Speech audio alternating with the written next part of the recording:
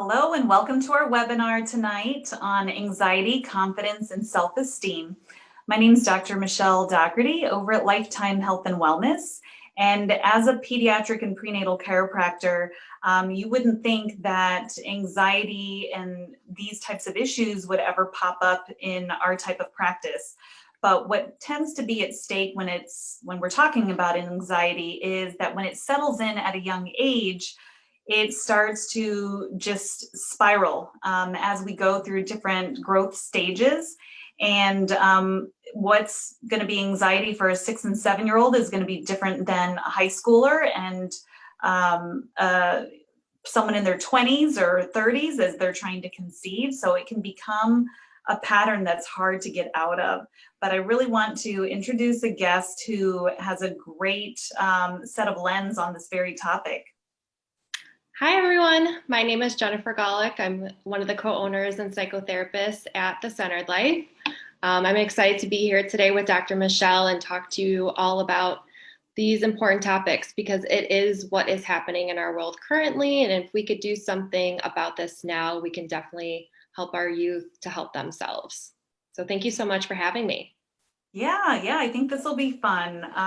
We've worked with a lot of people in this population group, and especially as you just hit it right on point, there is a lot of negativity out there. There's a lot of overwhelm, and this whole year has been proof of that. So it's been a lot more difficult for kids, teens, parents to adapt. So one of the things we wanted to do was hit kind of the top 5 signs that maybe your kids could be anxious. And just sharing from our perspectives, you may be tuning in for yourself, for your kid, or for someone and something may spark something in you because it may not be as a parent. So we want to start off with sleep issues. I don't know if you wanted to start with that, Jennifer. Right. So some of the things that I have been seeing in some of our kiddos and just teens that they're really having trouble sleeping. They're really having trouble falling asleep at night and actually staying asleep. When they finally get to sleep, they have racing thoughts, they're overthinking, they're all over the place. And then it just is this continuous spiral. And it's like one of the number one complaints that we're hearing is just having that difficult time falling asleep and how it can, when you're not sleeping and then it affects how you're going about your day the next day, you're finding little motivation, it's a struggle to maybe complete what you have to do, especially homework, or you have little to, no energy to do anything, maybe spend time with friends, to socialize, to do, just some of the things that maybe you can do, especially right now with we're very limited with some of those things. So it affects multiple areas, most definitely. Absolutely. When you can't shut down your brain, it sets a vicious spiral. As you said, it kind of sets you up for the next day. So what this kind of looks like is, we're trying to start bedtime at like 7:45 and then it's 10 p.m. and they're still awake, or they want one more story or what have you, or maybe they're ending up in your room in the middle of the night. Right. And that can become a tough cycle to break. And maybe it's night terrors or sleepwalking. We know when that brain is just overfiring, it just derails the whole system there. So it is tough. And so parents are in turn sleep deprived, and it just boggles the whole family unit, I feel.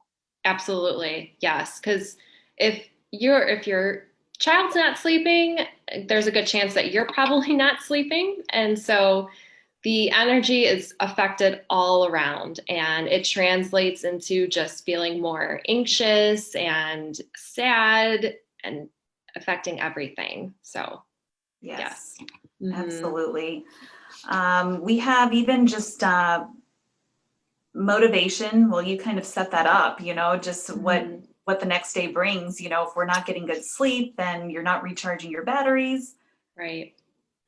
And some of the things that also it can really affect is if you're not really sleeping that well, you're not likely to be eating that well either. Your appetite can be super affected by that, which affects your energy levels as well, which can contribute to some of these feelings of just not feeling motivated, which affects perhaps later on down the line your confidence and self-esteem and just completing some of these tasks that you have to, or homework, or participating in activities. I know there are some kiddos out there that are doing some sports and limited things like that. So it definitely has this huge impact for sure. Yeah. And also, going along just the same lines, when you think about just the emotional brain versus your body age, and when you're growing up in a state of fight or flight, that growth, that mental growth, it can become a lot slower than the physical growth. And that can be problematic, in social situations and different things like that. So we hit not only physical milestones, but we have emotional and developmental milestones that go along. Oh, absolutely. And you see that hand in hand with children just feeling more irritable than usual. It's almost the mimicking signs of burnout, where you're increasingly frustrated, you're maybe perhaps a little more sensitive, you're quick to react, just feeling pretty frustrated about everything and everyone.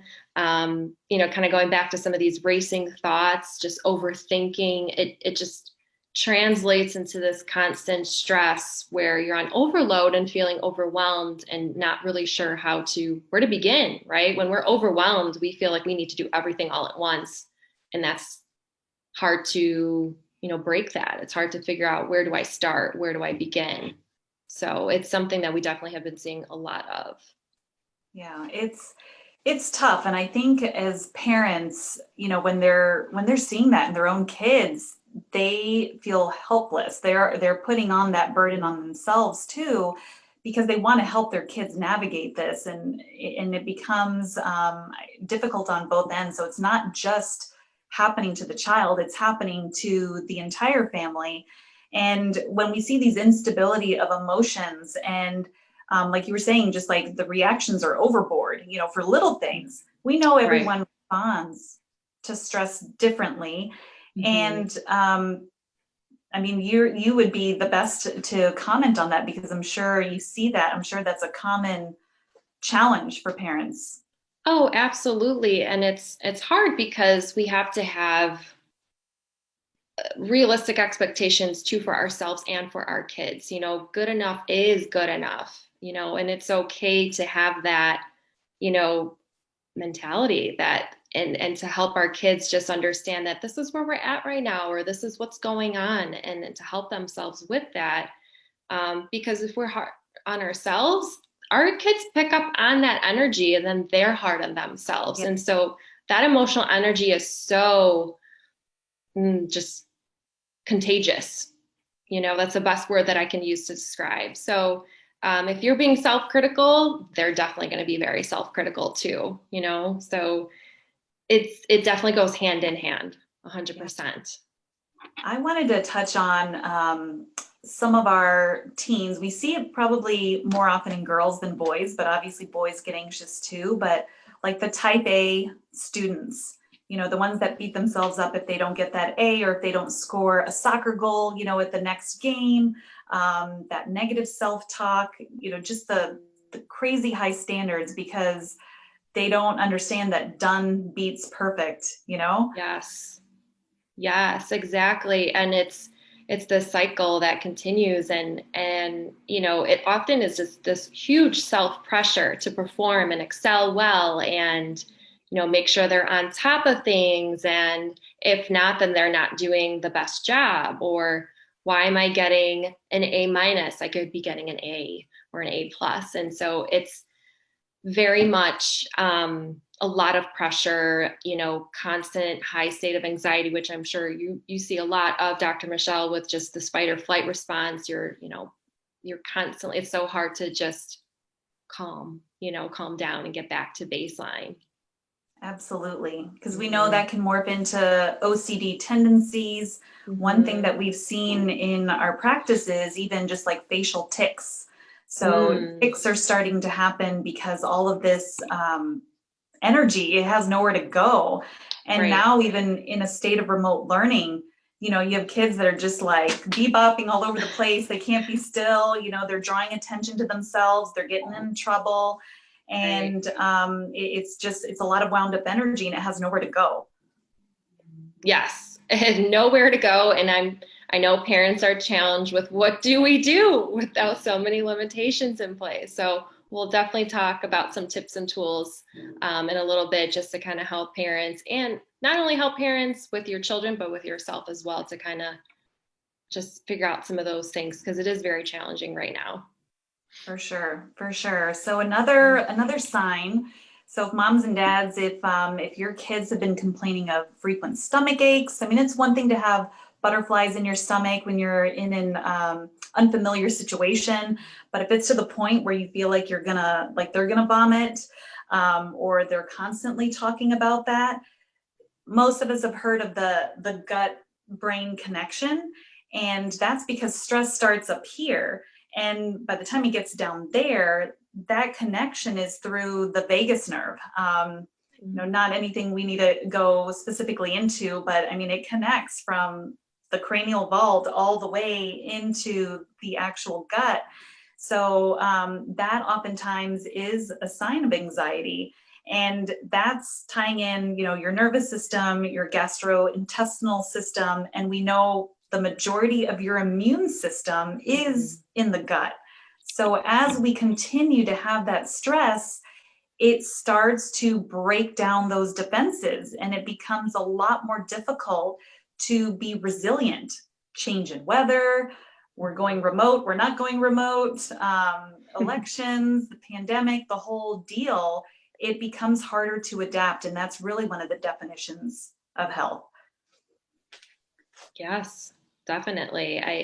I could see how that can have a tremendous impact. Oh, and before I forget, how can I forget? Since we're talking about teens, you know, there's puberty. So there's the hormonal system too.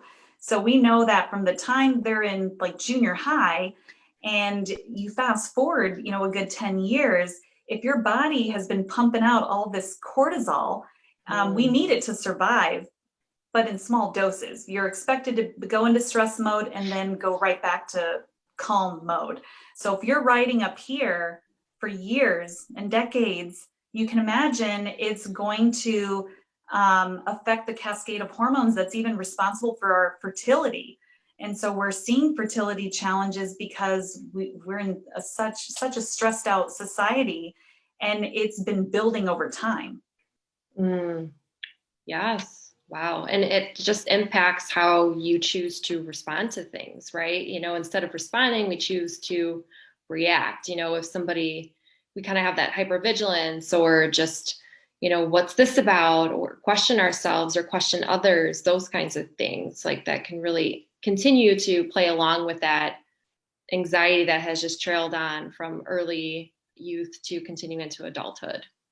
Yeah. So I feel like if we can bring the awareness now and reach children now, it's so much easier to unravel these patterns and have the tools in place, because then as they get through different stages, they're going to maybe not necessarily coast, but it's going to be a smoother transition because it gets much harder. I don't know if you've seen this, but if people have had undealt with challenges and issues that stemmed from early on and they're carrying it decades later, it's a lot harder to undo some of that. Yeah, it's a lot to unpack and a lot to understand. Just, you know, where did I develop these thought patterns? You know, how did this come about? You know, typically when this happens, why do I choose to respond this way or perhaps behave this way? So as an adult, when we, you know, try to figure out some of those things, it can take some unpacking. It doesn't mean that it's impossible to do so. It just can take some time to figure out, well, I do tend to do this as a result of that. This is a way that this impacts me. And so if we kind of provide children with the tools now, just to kind of be more in touch with, you know, their thought processes, their emotions, and, you know, how they are responding or behaving, it's can be really helpful for them because they can identify that quicker, which can help them then when they transition into adulthood, for sure. Absolutely. Absolutely. And I think that would take us to, if you have a kid or a teen that has low self-esteem or low confidence, just maybe, we know going through puberty, it's already an awkward phase, and that's your whole world, is just your peers, and just so many things are changing. And now in a time where there's not just physical bullying that's happening, there's cyberbullying, and that can continue to feed, what we're telling ourselves.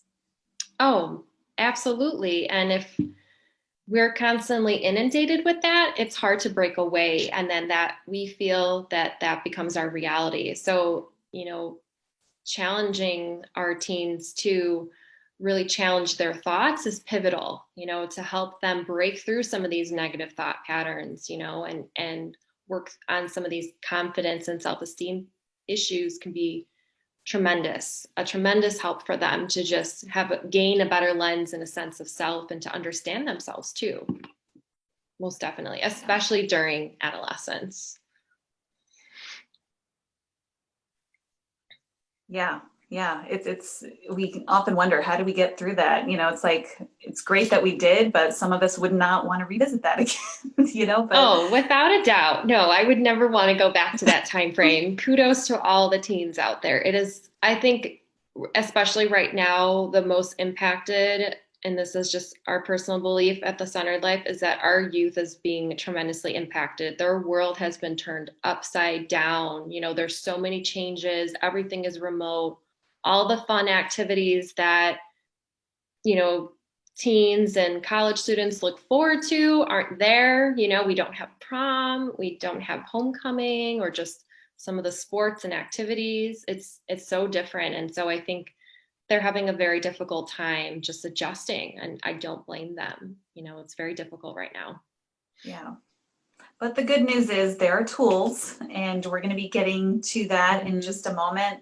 I wanted to do just a quick share, hopefully we can both just share just an example, of, just a teen that has come into our practices. So the one that I wanted to share, it's a junior high school student. And this was back in August when she had shared, and actually mom had told her story. So she says that due to anxiety, she was having trouble falling asleep most nights. And when we had nights like this, she would come to my bedside and tell me, "Mom, I have butterflies in my tummy." And I knew it was going to be a long night. Over the past couple of years, this became more and more of an issue. She often wouldn't fall asleep till very late, therefore causing her anxiety to flare up more. And then she was in fight or flight mode. She would have a lot of trouble clearing her mind. We were both frustrated. It seemed like nothing helped to relax her and her mind. As a mom, it seemed like there was nothing I could do to help. We tried lavender pillow spray, meditation music, reading, hot tea, back massages, drawing. She loves art, and even saw a psychologist for a few months who taught her some soothing techniques. So she's talking in her voice. So being a patient of chiropractic myself for anxiety, and my other daughter for her ADHD for over 5 years, I knew this would help, and it was time to introduce her to it. We started chiropractic at the beginning of this year, and within the past 3 months, those butterfly feelings before bedtime have decreased. She is more calm and is able to fall asleep quicker. When she has an anxiety moment, with help, she's able to calm down better, which allows her to think through her thoughts and tackle the emotions to win those fight or flight moments. She's getting better sleep overall, which allows her to tackle her stress, therefore her anxiety. Also, being 11 years old and going through puberty, I'm sure chiropractic is helping with some of those emotions as well. And then the one other big win was she had never been able to get through a sleepover. Like, she would always call mom up and be like, it was more of afraid of falling asleep either before her peers. It could have just been 2 other girls. And then finally, the only 2 kids that she saw, during the shutdown and whatnot, she had her first sleepover. She's 12 now, but I mean, that's a big deal. When we were just talking about milestones, I mean, most people wouldn't think twice. I mean, mine is 6 and wants to do a sleepover. I'm like, no, it's like, you have time. But, to feel that much angst when you're relaxed around your friends, but you don't want to stay the night. So that was a big thing for her. But we know that this isn't a new thing. Many people struggle with this. Absolutely. And I love the example of your client that you provided, just kind of showcasing the mind body connection that you and I are so passionate about, because it is a real thing. If you're not feeling well physically within your body, it translates to your emotions and you not feeling well yourself. And so, I've had clients and teens in particular that I've worked with, and I won't share too many details, but in the sense that, a middle schooler that I've worked with, for her, it's her anxiety translates in anger. And so she often gets upset or short fused with mom or with her siblings. And for her, when this pandemic hit, it was a huge impact on her, because that meant that she was very limited in socializing. And so, just trying to figure out, okay, hey, what am I thinking? How am I feeling? And being able to identify that. What are my coping skills? How can I work on some of these things for myself? How can I ask for help? That's a big one. Sometimes I think even as adults, we struggle with asking for help, but children too can sometimes struggle asking for help, whether they just feel they can do it on their own, or they want to be proud and to show you that, hey, I did it. And so in helping her kind of, be vulnerable to some of these things and understand her emotions, because her brain is still developing. So some of these things aren't 100%, she's not going to understand, but she does have the capacity to know that, hey, I can help myself. I can reach out to my mom or talk to a friend if I'm not feeling particularly or if I'm just feeling pretty anxious or worried. She always often said, my stomach hurts and I get really nervous if I have to, present something at school, or if I have so much homework to do and I feel overwhelmed. And so having worked through some of those things and just identifying some of those coping skills and helping, feels so much better handling a pandemic. And I'm so proud of her, because it is a challenge right now just to be able to do some of that and also do it remotely. I mean, we're on our screens constantly. So yeah, that's right on with that. mm-hmm. You feel like if our youth gets through, this year and just kind of what that's all poured in, they're going to be set up and being leaps and bounds ahead of maybe where we were, at that age. Yeah, 100%. Yeah, those tools are so important. We're going to hit maybe a top 4, and I know, Jennifer, you have some bonuses for that, which will be great, because I know we all are looking for, what can I do? What can I do? So obviously, from my lens, as a chiropractor, we know the benefits of balancing the nervous system, balancing a stressed system. When you have a stressed system, we don't think as clearly. Our bodies aren't going to perform as well for us. So what chiropractic does, it helps to unwind those stress patterns, so to speak, and get you off the gas pedal and just be able to toggle that brake pedal as needed. You don't want to be all on one side or the other. And, there's the way we handle kids and teens is going to be different than what we do for adults. But we have scanning technology. And what that does, it just shows how stress can be impacting their system and just how well they're able to handle and adapt to stress out there, which comes in 3 forms. We have our physical, chemical, mental, emotional. So you figure, one, we're in front of a screen, where we have a lot of that physical stress going on and maybe not moving around as much. Maybe we're less hydrated. And then, of course, the mental, emotional stressors that come from it.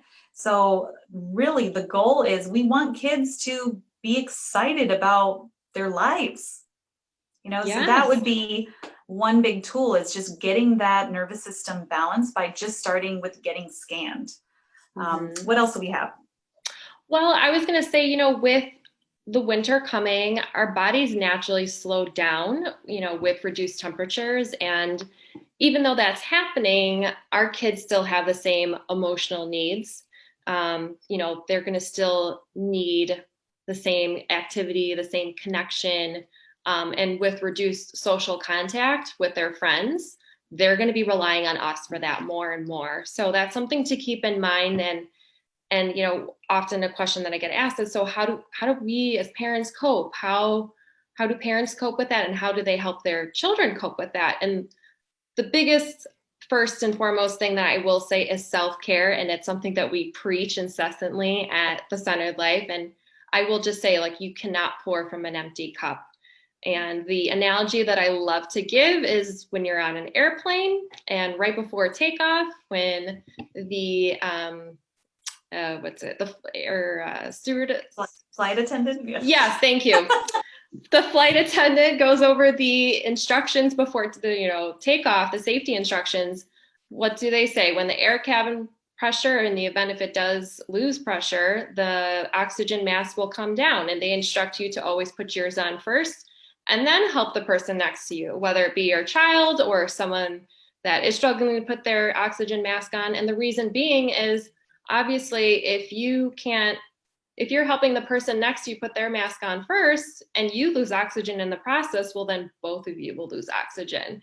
And so that analogy or that example is just so pivotal, that we have to take care of ourselves in order to help or take care of someone else. And we are emotionally connected to our children, and they feed off on that. So when we feel stressed, they also will feel stressed, and vice versa. So reducing our stress levels also reduces theirs, and it's a win-win situation. So carving out that time just for you, having that moment, whether it's just a couple, 15 minutes for mindfulness, for deep breathing, and encouraging your children to do the same, shutting off electronics, not having screen time, maybe making them have just some quiet time, where there's nothing on, and just letting them sit with that silence. So self-care is so important, and I have to have that as my first example, just because it is very important. I love that. Yeah, I think we are one and the same. I don't think you can talk about self-care enough, because it's not selfish, it's self-full, Yes. And I think just the less chaos that we can throw at the kids, because if we were all in school together, with the sports going on, all these activities, we just have the tendency to just want to do go, go, go. And this is an opportunity. We have to look for the silver linings. This is an opportunity to get reconnected as a family. Like you said, have the quiet time. What did they say at the movies? Silence is golden. Yes. Science is golden too. I'll just say that. But yeah, just being. And they do 100% feed off of our energy, whether you realize it or not. We think that they're not listening to us. They're very aware of everything that's going on. Oh, yes. Definitely.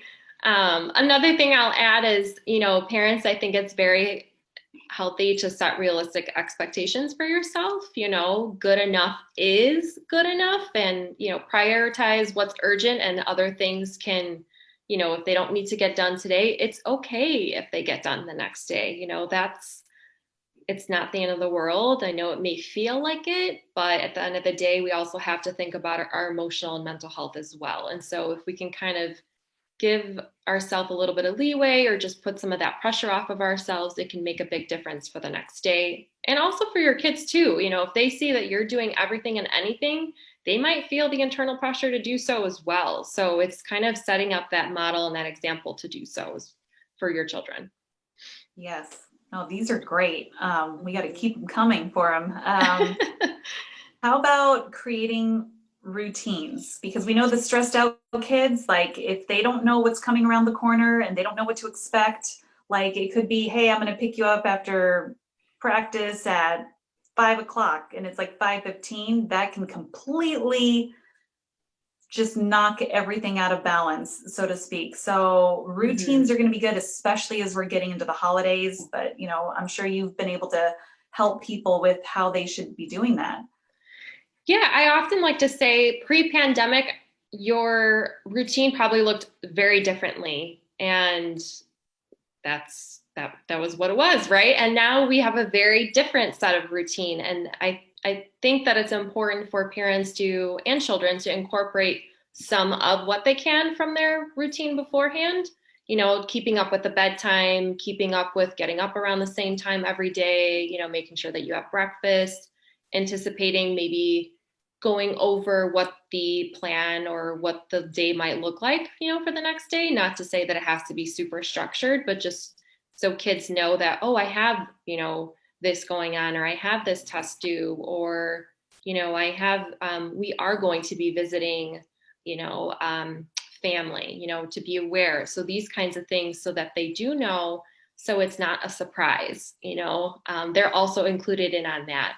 So when you can kind of establish that for yourself and with your family, for your kids, I think it can definitely make a tremendous impact and make a difference for kids just to know that this is what's happening. Yeah, absolutely. Got to see what's coming around the corner. Yes. Next I have is movement, and mainly because it creates calmness in the brain. And we see it more in boys than in little girls, where at this younger age, in order to help them calm down a couple pegs, they need to get that energy out. So yes. Even, and we've had even in previous videos, just examples of how, you know, you can do that just between the taking of breaks, you know, just having them run around or bounce or whatever the case may be. But movement stimulates the brain and the nervous system. And so if we're not moving, it's going to come out in ways and in behaviors that is not going to be the most desirable. So then we start trying to discipline the behavior, the output, versus trying to empower them to get good positive input into their brains. And movement is one way to do that. Yes. And movement is so helpful with, you know, just like you said, anxiety and just that nervous energy, just getting that out. It has somewhere to go. And so we're not just sitting with it, we're actually doing something. And as often, one of the coping skills that I often tell my teens that if they are nervous or feeling anxious is get up and move around. It's really helpful just to get that energy out in order to help you kind of help, you know, examine your thoughts or just, you know, explore what that looks like. You know, if you're at a 10 on a scale of 1 to 10, kind of having that or having that dialogue with yourself of, all right, what's making me feel anxious might not be possible. But if you allow for some of that movement to happen, you might come back and be at like a 9 or an 8, which is a lot better than being at a 10. So you're kind of able to dissect some of that for yourself. Well, I'm actually feeling pretty worried about this, or I'm feeling pretty anxious about this. And that can be really helpful. So yes, movement. I agree. Dr. Michelle is amazing. I was going to say another tip or tool that, you know, you parents can use or for yourself as well is to stay connected. You know, never underestimate the power of an adult conversation. You know, make that time to talk to your friends, make that time to talk to the people that you love, that you care about, that you value, and encourage your kids to do the same. You know, have them, you know, reach out to friends or schedule something. You know, I know Zoom, we're all a little tired of it, but let's enjoy and soak up some of these. You know, we have some beautiful weather that's been happening lately, but I know as the winter comes on, it's going to be a challenge, but utilize the tools that we have in place. Like some type of connection is better than no connection. So I definitely think that it's important to stay connected, you know? Yes, 100%. Yes. And then I just thought of something, you know, which it's a no-brainer. I don't even know why I didn't have it written down in my notes, but I'm sure you probably did in yours, but it's just the power of our breath. Yes. We have lost the ability to breathe correctly, physiologically. Because what happens is when we get more anxious, we have short, shallow breaths, and it's all happening up here. And instead it should be happening from our belly and the diaphragm. And even just something as simple as, inhaling for a count of 4 and then exhaling for a count of 4. And if you really want to get fancy, you can, hold that inhalation for a count of 4. Yes. No, the power of your breath work can be just a game changer.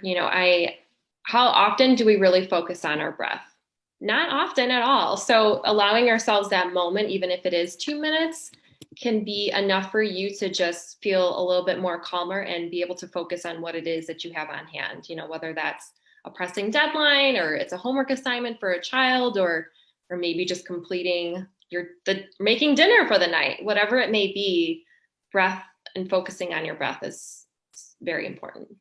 So, which kind of leads me to say another tip that I have for parents is take breaks. Breaks are essential. We have to find ways to use our support system, whether that is for breaks, incorporating a schedule, whether that's asking for help, or scheduling that quiet time. This is very important, especially right now, because we are so much on screens. We're constantly, whether it's on our phones, whether it's a Zoom meeting, or with children doing remote learning, it's important to incorporate breaks throughout the day. Even if you feel like you're doing okay and you've got momentum, if it's been a while, it's a good idea to take a pause, and that could be 15 minutes or so. I wouldn't say nothing more than 20 to 30 minutes, and give yourself a break. It's needed, right? That's why we have labor laws in place. Breaks are needed. Yes, I mean, we should probably follow suit with the Europeans. They have their little, all the shops close in the middle of the day, people take their breaks, but they can be more productive when they're well rested and calm and just happier, instead of just like grinding 24/7. Right. We need a little siesta, and our siesta looks a little different. And if we could still have that 15 to 20 minutes, it's still better than nothing. So that's what I like to encourage, is that we have to make the time. And even if it is 10 to 15 minutes, it's still better than nothing, no matter what that is. I think it's especially when we feel like we don't have time to do X, Y, or Z, that is your sign that the time has to get carved out. Like you have to come first. Your kids have to come first. So I don't know if you had any other tips. These have been great. Like, I think it's even just good reminders for us as adults and as professionals, just taking a step back, taking a break, checking in with yourself. But if any of this, like some of the stuff that we covered in the beginning, if this sounds like you or your child, your teen, here's your invitation. Reach out. We will have our information in the links below, and we encourage you to get in touch with us in any way possible. We're well connected within the community. So this is why we're doing this, because every kid counts, and this year, more than any other year, this is the time to make sure we have the tools and our tribe and our resources so that these kids can continue to grow and thrive, because survival mode, that's not enough. It really isn't. So we need to take it a step further. Yes, absolutely. And I think what I will leave everyone with is a last tip or tool for you and your children is to definitely practice gratitude and self-affirmations. I cannot stress them enough. They sound simple, but they are so impactful. Self-affirmations are just the process of identifying and focus on what's most important to you, or what's most important value to you. And if you practice that, your kids will catch on, and you can encourage them to practice that as well. And one thing that I often like to suggest to parents is, hey, let's go around the dinner table and let's say what we're grateful for. Let's share that. What is it? And especially right now, in a time where we're kind of flooded with negative and scary, allowing us to focus on that gratitude pace can shift your mindset, and there's been research done at Carnegie Mellon University that suggests that the power of self-affirmations is, in a stressful situation, whether you do an affirmation or say an affirmation before the stressful event or after the event, is enough to help you shift your mindset. It's enough to help you kind of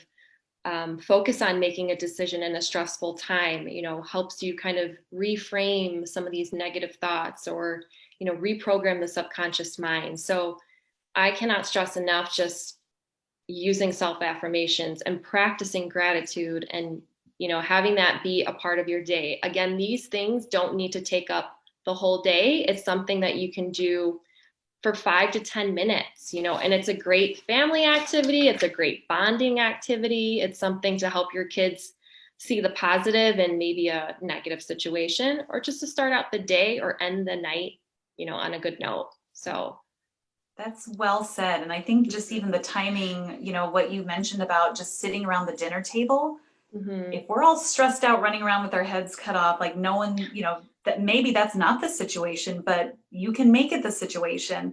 And with Thanksgiving right around the corner, many of us aren't going to be seeing extended family and friends like we have been used to. So maybe this would be a great time to start that gratitude. We're eating together, we're looking at each other in the eyes, we're connecting. I mean, that's going to just bring so much more calm. And as you said, just set such a better and positive mindset for our family units, and just allowing that to have a trickle effect. So I think that's fantastic. That hits so many different points.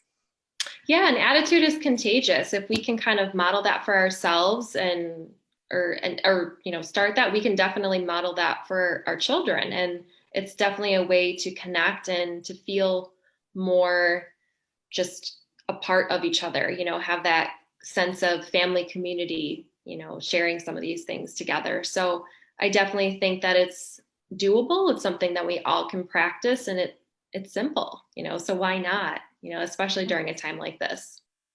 Yes, and with that, it sounds like it's a wrap. And we just want to thank everyone for tuning in. Whether it is here live or the recordings, just feel free to reach out to us in Naperville. We're both in Naperville, and we hope to connect with you soon. Take care. Thanks, Jennifer. Take care. Thank you. Stay safe and healthy.